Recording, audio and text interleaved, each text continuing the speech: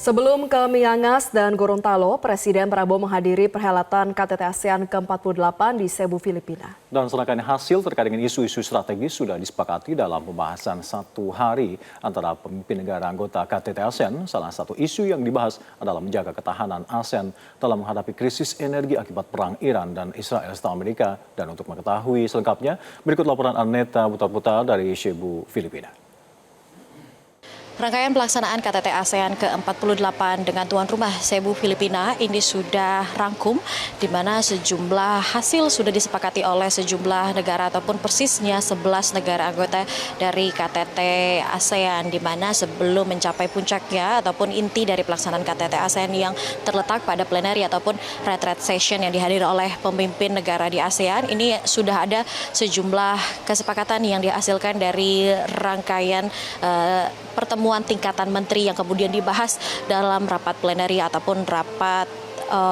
retret yang terselenggara sebagai puncak acara KTT ASEAN ke-48 di Cebu, Filipina, di mana Presiden Prabowo Subianto ini turut hadir di dalamnya dan memberikan sejumlah solusi ataupun masukan. Karena memang dalam KTT tahun ini isu ataupun pembahasan utama diantaranya yakni adalah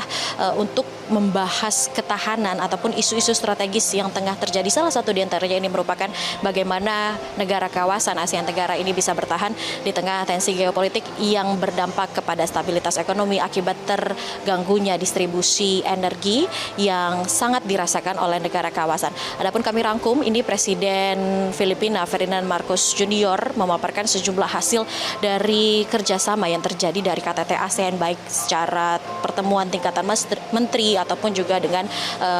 rapat plenary session ataupun juga di retret, di mana ini ada 3 prioritas utama Filipina sebagai ketua di tahun ini, yakni diantaranya adalah keamanan dan ketahanan energi regional, di mana saat ini Presiden Filipina ataupun Filipina sebagai tuan rumah mendorong diversifikasi ke sumber energi terbarukan dan juga alternatif. Hal ini selaras dengan apa yang disampaikan oleh Presiden Prabowo dalam rangkaian sebelumnya ataupun satu hari sebelum dari plenary ataupun retreat session dalam pertemuan antara 4 negara subkawasan di ASEAN Tenggara, yakni dalam forum Brunei Darussalam, Indonesia, Malaysia, Filipina, East Asian Growth Area, di mana dalam kesempatan tersebut Presiden Prabowo Subianto ini menuturkan bahwa negara kawasan ASEAN ini perlu mencari sumber daya alam terbarukan yang kemudian ini diolah menjadi energi agar tidak ada ketergantungan terhadap fosil seperti itu, di mana Presiden Prabowo Subianto ini sempat mencontohkan sejumlah karya ataupun proyek strategis yang sudah dilaksanakan seperti pembangkit listrik tenaga surya, di mana Indonesia ini menargetkan akan menghasilkan 100 gigawatt melalui pembangkit listrik tenaga surya, serta juga Presiden Prabowo Subianto ini juga menyebut terkait dengan Trans Borneo Power Grid yang berkaitan dengan target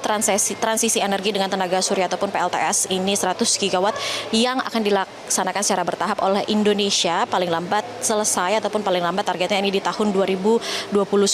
Selain juga mendorong diversifikasi, ini tuan rumah ataupun Filipina ini juga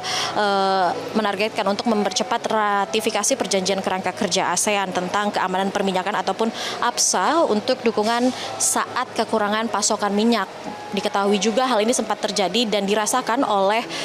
negara kawasan Asia Tenggara akibat tensi yang memanas di Timur Tengah, di mana jalur distribusi energi ini sempat terganggu akibat Selat Hormuz yang ditutup. Dan selain itu juga mengoperasionalkan ASEAN Power Grid yang menghubungkan jaringan listrik 11 negara anggota. Dari Cebu, Filipina, Arneta Butar-Butar, Metro TV. Jelajahi cara baru mendapatkan informasi. Download Metro TV Extend sekarang.